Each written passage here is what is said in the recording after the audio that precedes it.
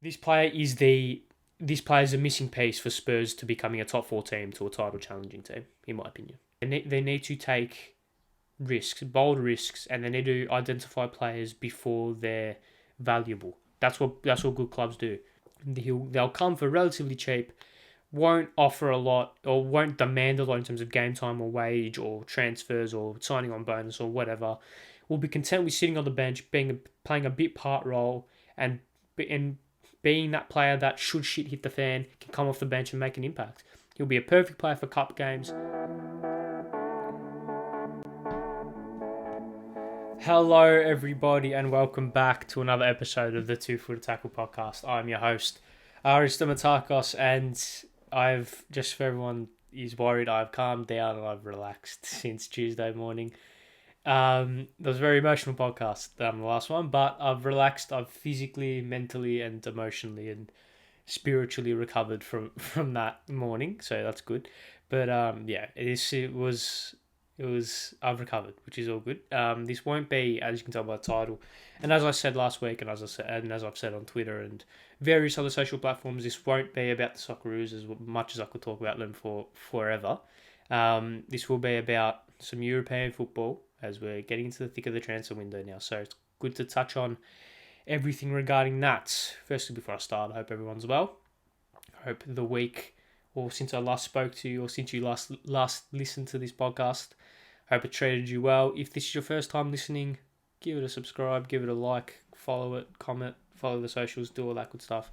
It would mean the world. But let's get into things, because this could be a long podcast if I ramble on for too long, which I am susceptible to doing. But what we're going to be going through today is each Premier League top six key signing, or someone they should sign. Now, these players aren't necessarily players I will sign. Some of these players are slightly out of budget or won't happen for other reasons, but these are players that maybe not in a dream world, because in a dream world everyone would like to sign Mbappe, but in a semi-realistic / semi-dream / whatever you want to call it, transfers that could happen should the circumstances fall. Now, we're going to touch on that, and we're also going to touch on some other transfer news that has already happened.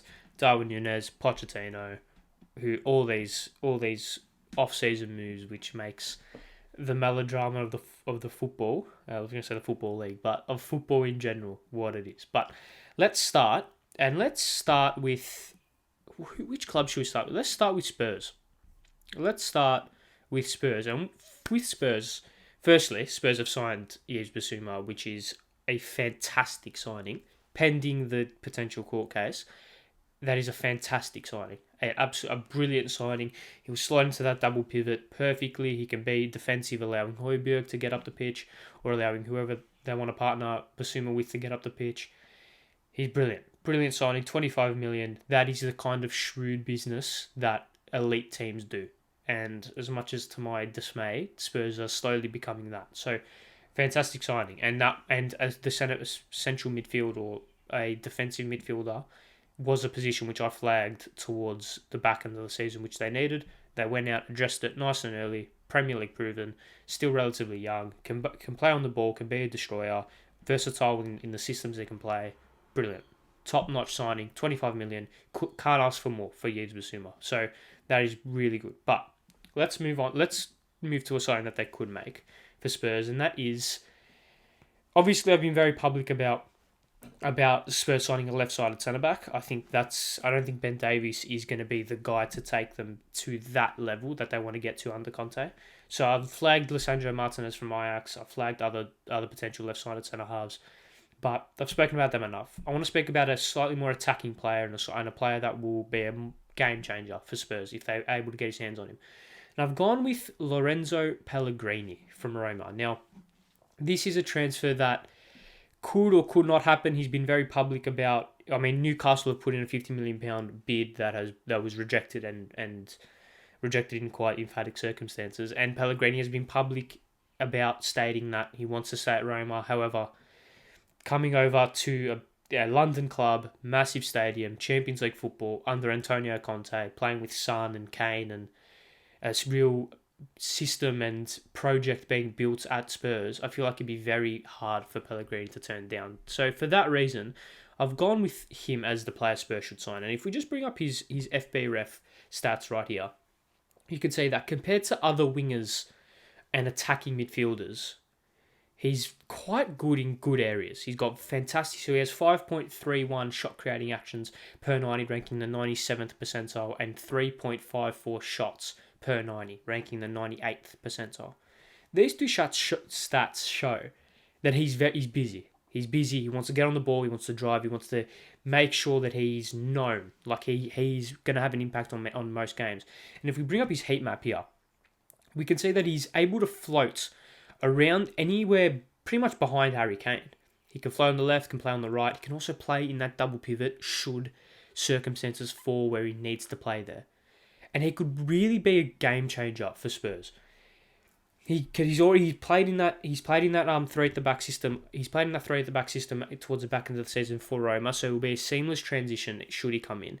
He's got 12 goals and assists this season. He's got good set piece delivery, and he has a high output, like we saw with the shot creating actions and total shots. Like I said, he can play as a wide forward. He can play next to Son and behind Kane. He can also, should Conte switch up the system, he can be at number 8 or a number 10. I think this is the perfect signing for Spurs because he's not a player. He's different to Son and he's different to Kane. You don't want to bring in a player which is similar to Son that wants to get on the ball and drive. He's more of a creative player. He's more of a Thomas Muller-esque style player. Maybe not exactly the same, but he's very good at positioning himself in the right areas to get shots off, to be able to influence in the final third. He's still relatively young. I think he's still only 25 years old. So he's got years on him. He's got years to build into that Conte system. And Conte would obviously, being an Italian coach, managing in the Italian league, would have his eye on Pellegrini as well. I think this could be a very, very, very good signing for Spurs. Perhaps the only flaw, if you were to call it that, or perhaps the only hindrance is what I said before, that he doesn't really want to leave Roma, and it will cost Spurs around about 60 to 70 million pounds to get the job done. Now, as we've seen, money is really as it's transpired, money is really no means to Tottenham right now, considering the cash injection that they've got. But I feel like with the introduction of Bissouma, with Jed Spence potentially, and Ivan Perisic as well, you've ticked off 3 boxes already. If they get a centre-half in the door, I feel like the one player that they're missing is that real attacking difference maker. Because they've got Kane, they've got Son. Obviously, Kane, we all know the injury struggles that he could have. Kulusevski's hit the ground running. So you've got those 3 players who are fantastic. And Kulusevski and Son are very similar players in terms of their they like to get on the ball. They like to drive forward with the ball. They like to carry the ball. And they're more final third kind of second strikers in a sense. Maybe Son more than Kulusevski. But Pellegrini can offer that difference. He's got some stature about him as well. And I feel like he could be the guy to add a different dimension to the Spurs attack. If you bring up his heat map once more, you can see the versatility. He can practically play anywhere behind Harry Kane. He can drive into the box as well. Got good set piece delivery, as we can see, that he takes corners as well. Good tracking back as well, as we can see. He's really getting back, helping the defence. Like I said, can play in a back 3, can play in a back 4. He's really offering that, like I said, different layer to that Spurs attack because it's quite one-dimensional. If you've got Lucas Moura, Kulusevski, and Son Heung-min, all very similar players. Obviously, Harry Kane, they don't really have a deputy for him.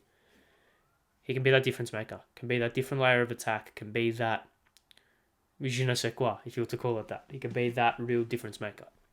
So that is, if you just bring up his FB ref once more, you can see that he's very well-rounded. Progressive passes received, 7.51, which means he likes to get into areas. He likes to get into those areas in between the lines, pushing up against the back 4, or against the back line rather, playing with his back towards goal a little bit. And these are also stats compared to other attacking midfielders / wingers. Now, in a traditional sense, attacking midfielders play as number 10s and wingers play out wide. In Spurs' system, in the Conte system, very fluid front 3, especially between the 2 in behind Harry Kane. So take these stats with a little bit of a grain of salt in terms of their comparison to He's also got 0.24 expected assists per 90 as well, which means he's very creative in a sense. As well, if you just look below that, 0.51 non-penalty expected goals plus expected assists per 90. So he's really threatening. He offers, like I said, different dimension, and he can really be that difference maker to that Spurs attack. While this fee could be high, while he potentially won't want to leave, I feel like if they can get this deal across the line, it could be the player to send Spurs to that next level.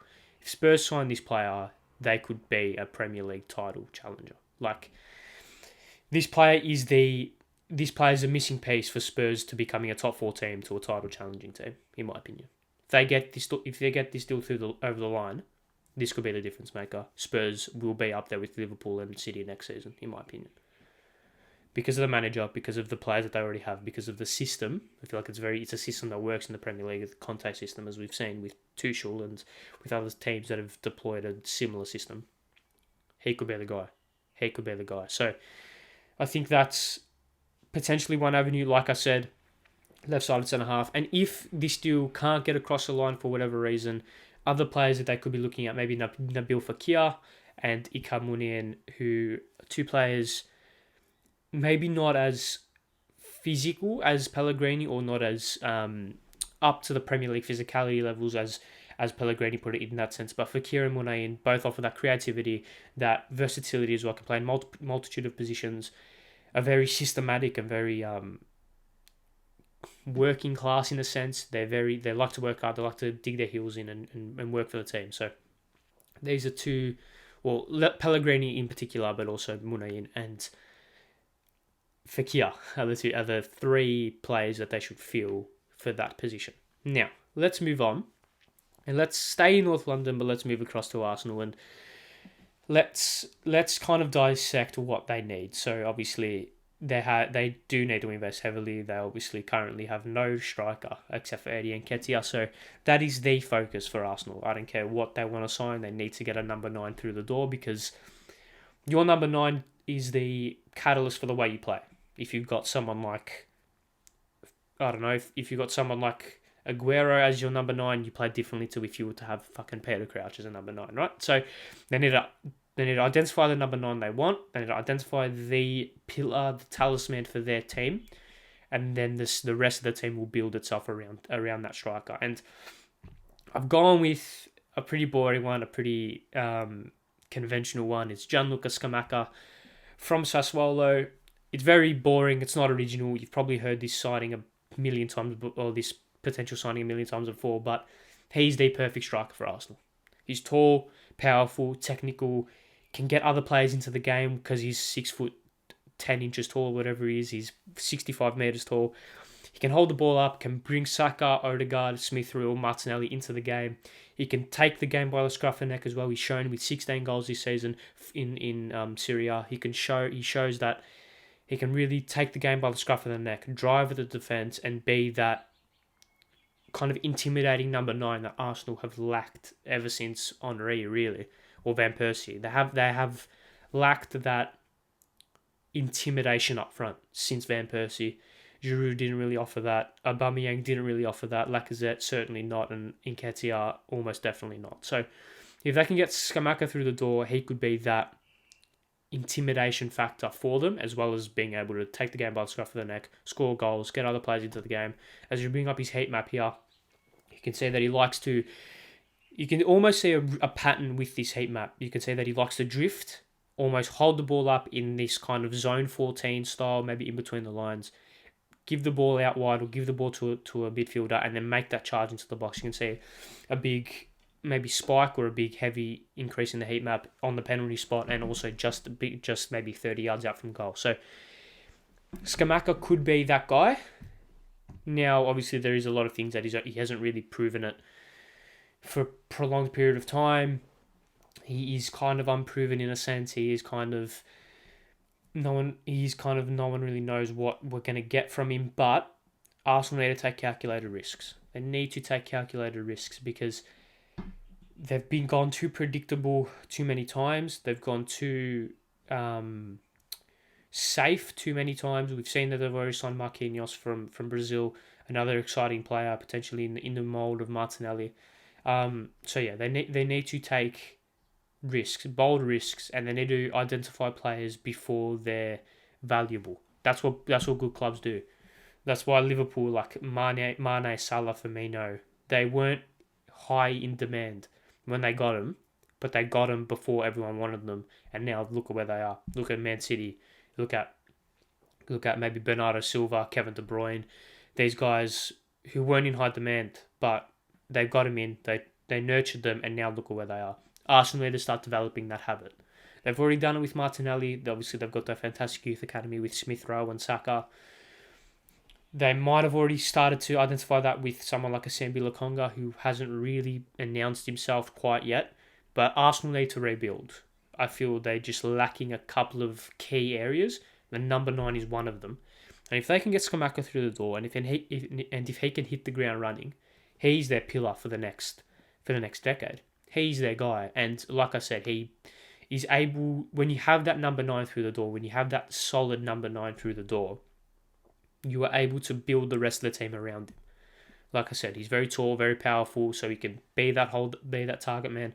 But he's also very technical, so he can drop in kind of like what a Harry Kane does for Spurs, drop into that hole and then really feed off the runners on the outside. Because one of the key facets of Arsenal's game last year was the contribution from Saka, Martinelli, Odegaard, Smith Rowe, and that was with a striker in Lacazette who was an okay hold-up man, but that wasn't his job. That he isn't a hold-up man. He isn't a target man.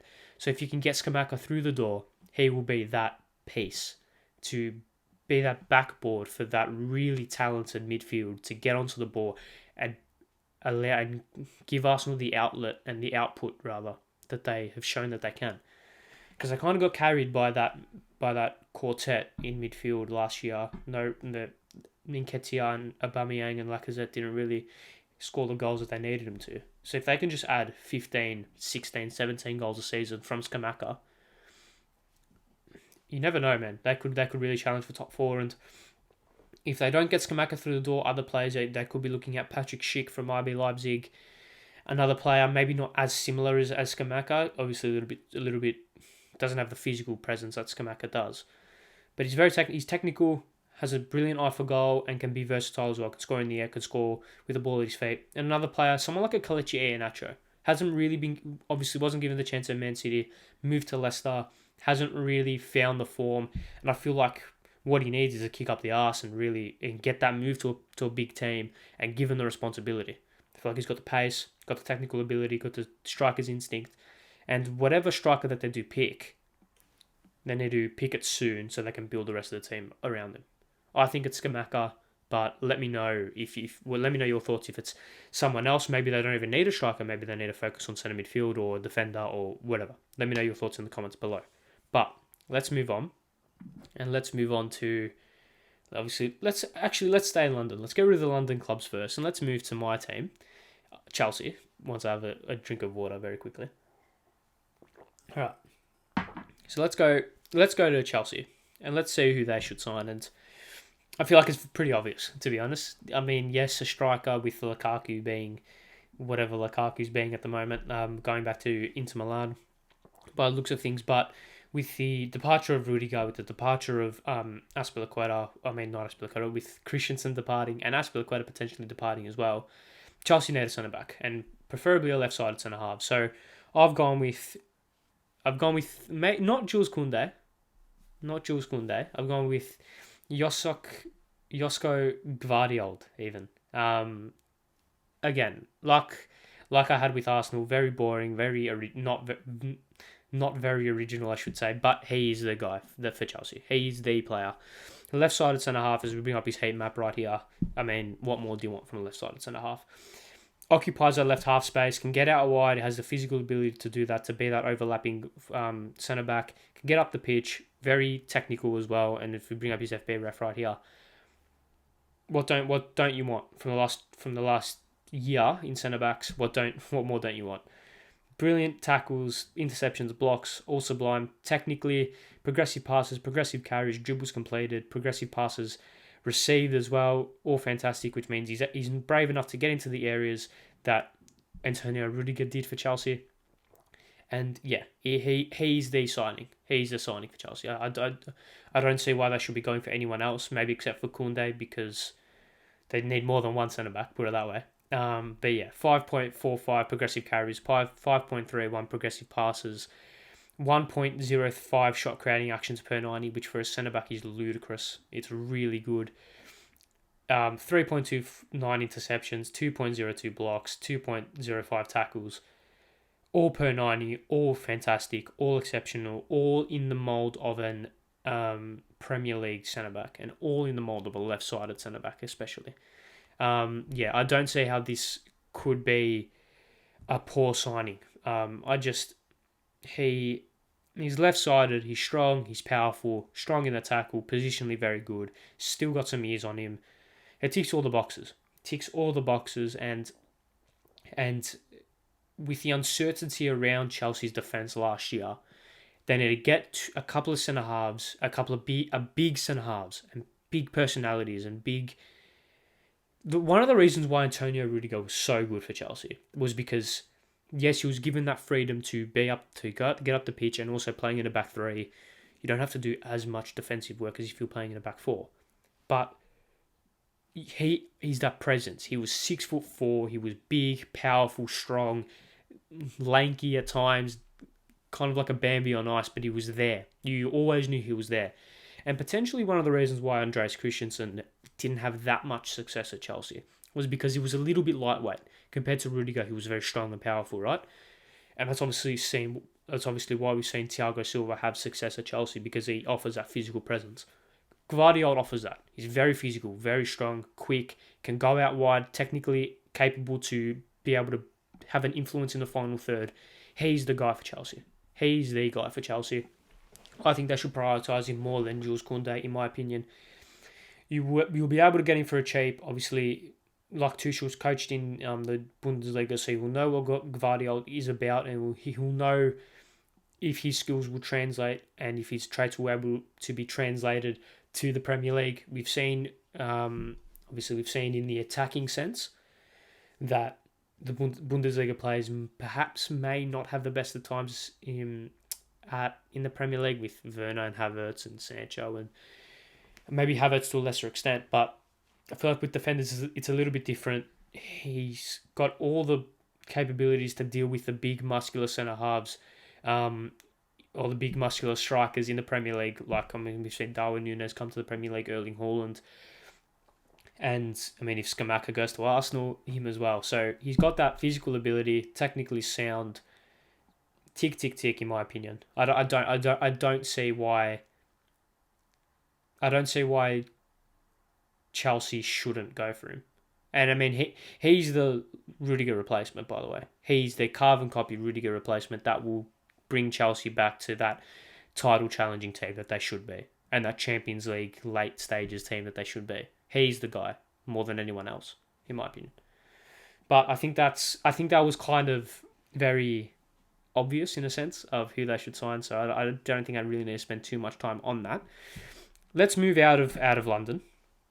And let's do it by city. Let's go to Manchester. And let's go to the champions of the Premier League, Manchester City. And maybe they don't need anyone because they're kind of almost infallible in every area. But I was looking at their team. I was kind of identifying what they needed to get, and it's kind of something that has been touched on by a lot of people in the past, or not in the past, but in the last couple of weeks.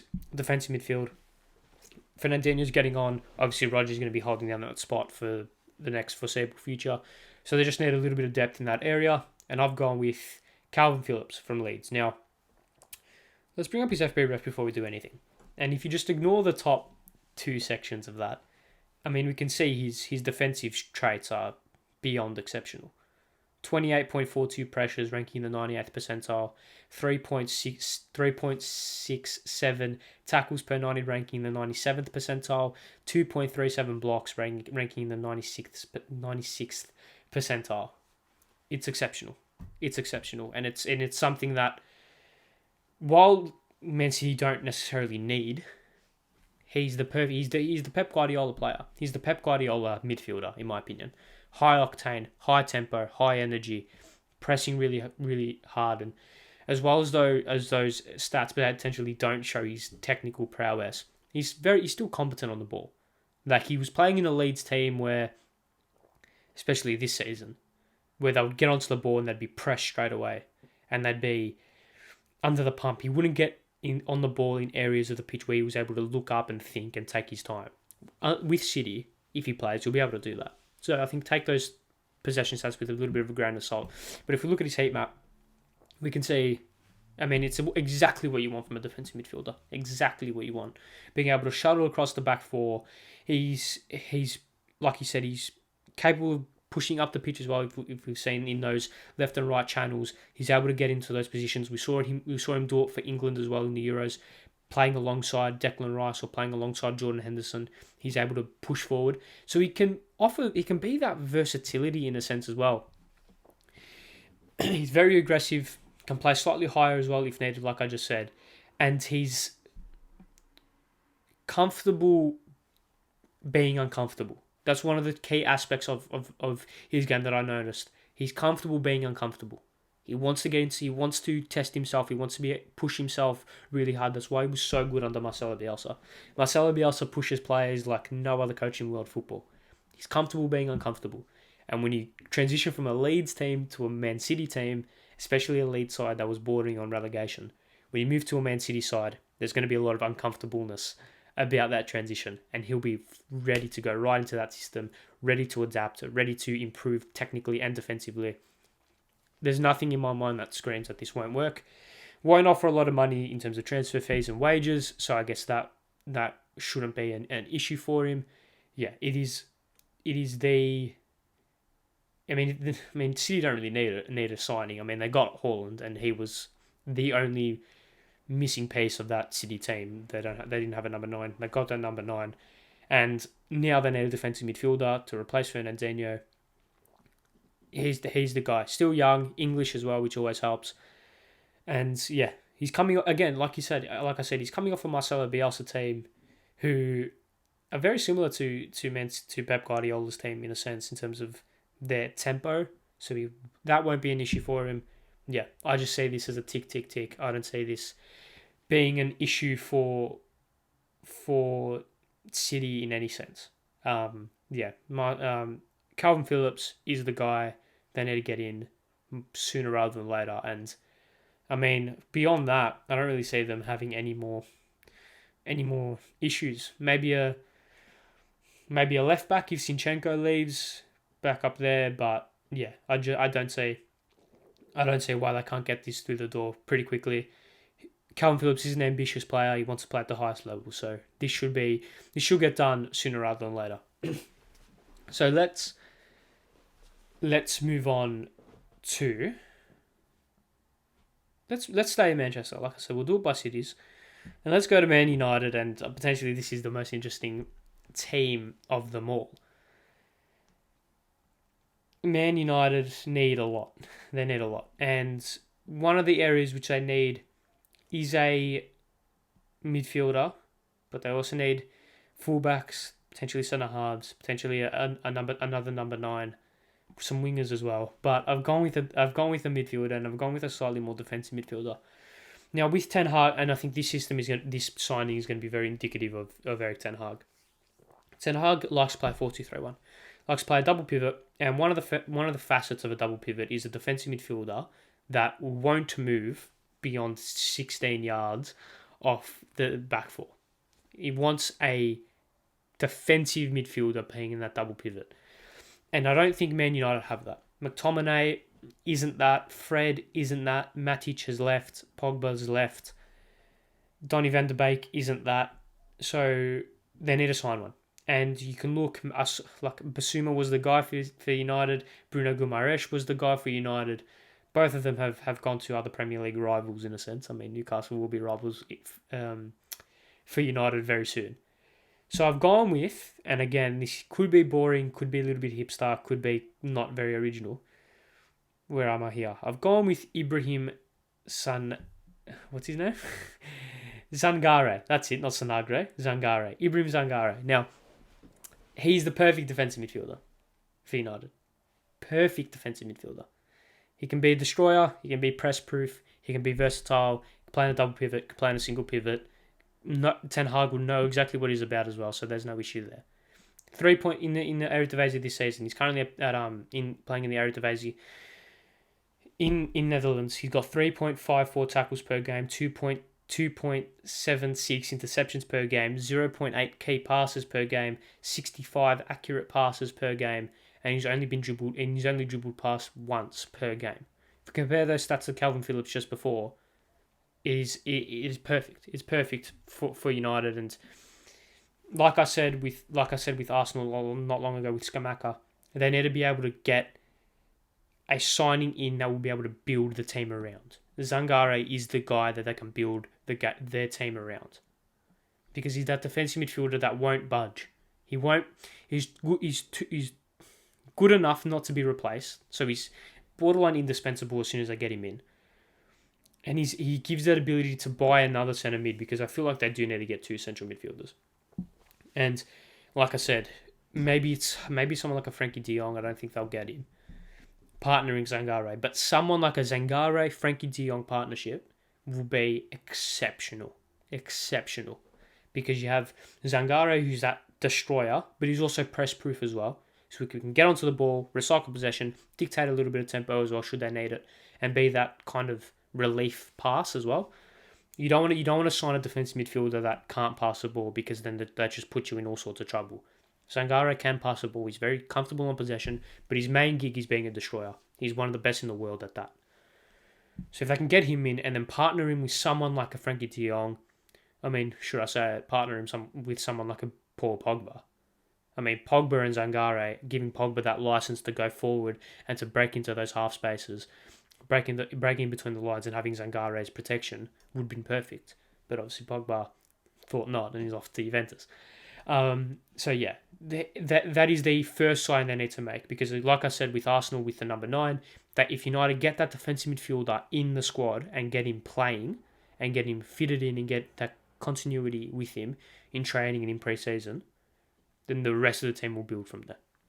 I think he's the perfect player. If we bring up his heat map, where are we? Here we go. Yeah, like just everywhere for United, everywhere. And he's the signing for United. Like I said, it's almost like he's cut the pitch in half and just like replicated it. He's kind of like just duplicated it. Can play behind the halfway line and be a little bit more defensive. Can press high. Can be that kind of regista type player, maybe a little bit less ball playing, but can be that high pressing defensive midfielder. Perfect for United. Perfect signing for Manchester United.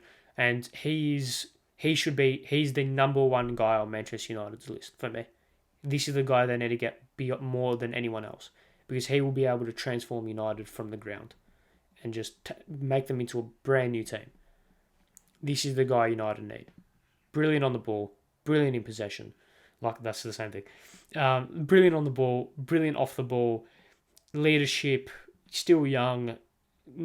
Ten Hag knows what he's all about. Everything about this screams, sign him right now.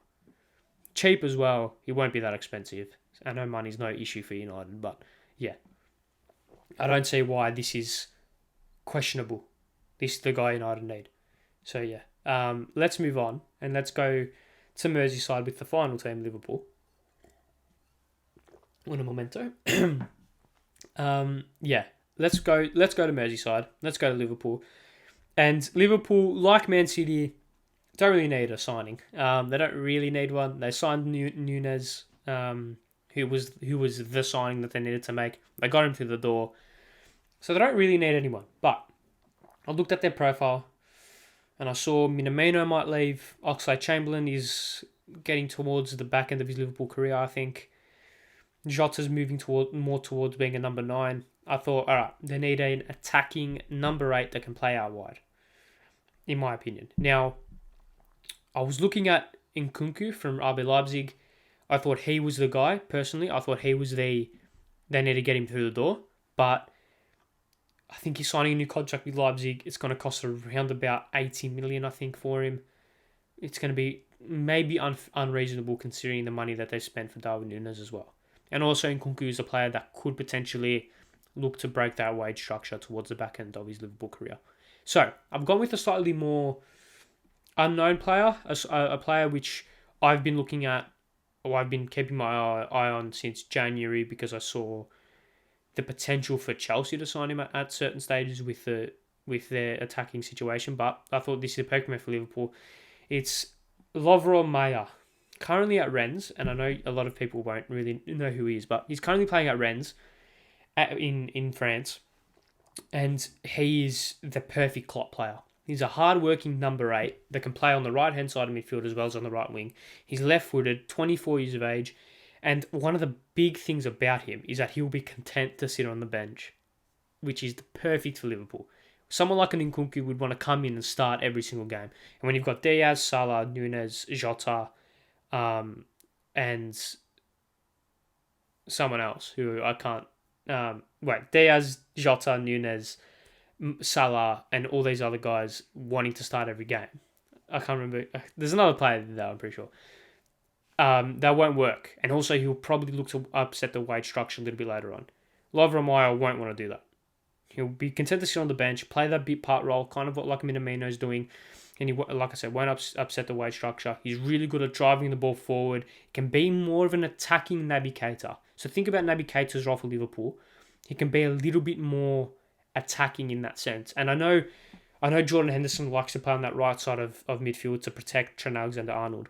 But in games which Liverpool are going to want to dominate against teams in the lower half of the table, Maya is able to come off the bench and bring that spark should things not go as planned in the first maybe hour of the game. He can come off the bench, be that energy, be that spark. And if we bring up his heat map, you can see what he's really good at.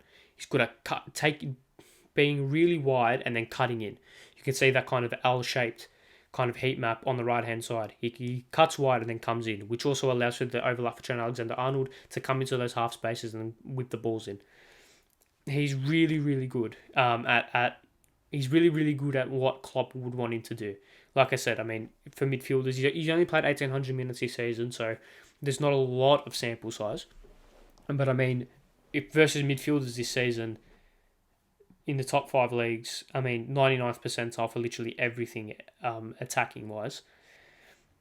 It's really, really exciting if Liverpool can get this through the door. I'm not even sure they're linked. I doubt they are linked, and I don't think this will happen. But if we look at his progressive carries, 8.35 per 90, ranking in the 98th percentile. Progressive passes received, 5.75 per 90, ranking in the 97th percentile. It's everything that Klopp would want in an attacking number 8. And he's got 23.68 pressures, ranking in the 87th percentile. So he's comfortable playing in a high press. He's comfortable doing the off-the-ball work that not a lot of players want to do. And he can just add a different dimension to that Liverpool attack. While Liverpool don't need him, they should certainly want him because he's quite good. So I don't see... It's one of these low risk, high reward type scenarios, kind of like with Minamino. They'll come for relatively cheap, won't offer a lot or won't demand a lot in terms of game time or wage or transfers or signing on bonus or whatever. Will be content with sitting on the bench, playing a bit part role and being that player that should shit hit the fan, can come off the bench and make an impact. He'll be a perfect player for cup games. And Liverpool don't need a superstar. They've got enough. Liverpool don't need a superstar. They need a player that will be that role player that to just do the job and get shit done. And Lavrov Maya is that player to get shit done. So I think that is the sign Liverpool need to make. Don't need a superstar, just need that role player to do his job.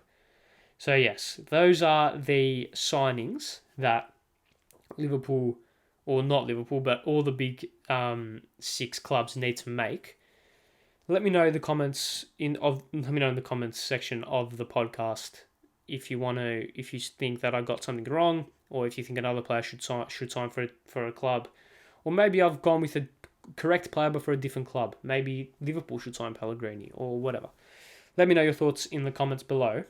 And we're touching on 40 minutes, so let's just ease it back a little bit. I want to speak about a couple of transfers, not very in-depthly. I might in-depthly analyze this a little bit later on, but let's go with two, maybe one signing in particular, and then one manager transfer. And maybe another one. So I want to touch on Gravenberch to Bayern Munich ever so briefly. I think that's perfect for both parties. Gravenberch is a player that I think a lot of clubs in England should have gone for. Maybe United should have gone for, because he's that player that could be that number 8 to the number 6. But he's gone to Bayern. He'll work. I just don't really know where he fits, because you don't really want to upset that Kimmich, Goretzka double pivot in midfield. Maybe he'll play off the bench. Who knows? Let's go to David Nunes to Liverpool. I think this is a perfect signing. Perfect for Liverpool. Darwin Nunes is the signing to take Liverpool back to where they want to be. Like, if that makes sense. Liverpool, the next season for Liverpool could go either one or two ways. They could remain that force both in Europe and in the league, or they could have a slight blip, kind of what City had a couple of seasons back. With this Nunes signing, I don't think that will happen. I think they'll be back up there, challenging for the league, challenging for the Champions League, because he offers a different dimension. It's just a brand new dimension to the Liverpool attack, which wasn't present last year. Teams will have to do their homework all over again. It'll be a scouting nightmare for opposition teams. Yeah, it's brilliant. And, I mean, the same impact will happen for Haaland at City. So it's a brilliant signing for Liverpool. Can get other players into the game. Versatile. Yeah, brilliant. I don't think there's a lot to say on that. I might do a little bit of an in-depth analysis at a later date. But I want to touch on, lastly, Poch leaving PSG, and I mean, Mbappe's had his fit already. He's had his hissy fit already. So I think Fabrizio Big Romano not broke the news, but has been reporting that Poch has been told to leave PSG, if it's not been confirmed already by the time this comes out. Would you expect anything less? I think this could be a very dangerous scenario for PSG, because I think the only two managers in the world that can replace him is Carlo Ancelotti or Zinedine Zidane. They're the only two, because they're the only two that can manage the egos that PSG have. Zidane, like I said, Zidane is the only manager in world football that will demand respect from every single player on earth. Ancelotti will have a similar aura, not quite. So it's either one of them two for me. Otherwise, it won't work. But yeah, I guess we'll just have to wait and see. We'll just have to wait and see what comes of it, because it's going to be interesting. It's going to be very, very interesting. They should win the league. They need to win the Champions League sooner rather than later, and that's what the next manager will need to do. The only manager that has got them far was Thomas Tuchel, and they lost in the final. Then they got rid of him for whatever reason. Fuck knows. But yeah, that's all for this podcast, coming on 23 minutes. Thank you all very much for watching. No who went into footed this week, because that's regular season stuff. This is off-season stuff. This is just something fun that I wanted to do. I'll do a Socceroos What's Next maybe next week. Follow me on Twitter if you want to know all my scheduling updates and what have you. But yes, thank you guys very much for watching. I'll speak to you when I speak to you, hopefully next week. And as my light goes out, wow, how fun is that? But what's going on here? Oh, I don't have an outro. There's no outro music. Maybe I'll put it in post. There'll be outro music in post. This is a shambles. So thank you all very much for watching. I'll see you guys. And all of a sudden, this is a shambles. I can't... Whoa, what's going on here? There's no image. Oh, wow. This is a catastrophe. Nothing's working. All right, I'm just going to have to do everything in post. OBS is blowing up. My light's gone out. This is a signal. This is a signal for me to end this shit. All right, thank you all very much for watching. Follow all the socials if you want to know when the next podcast is out. TikTok, Instagram, Twitter, Spotify, Apple Podcasts, Google Podcasts, Anchor, and YouTube. Thank you all very much for watching, and goodbye.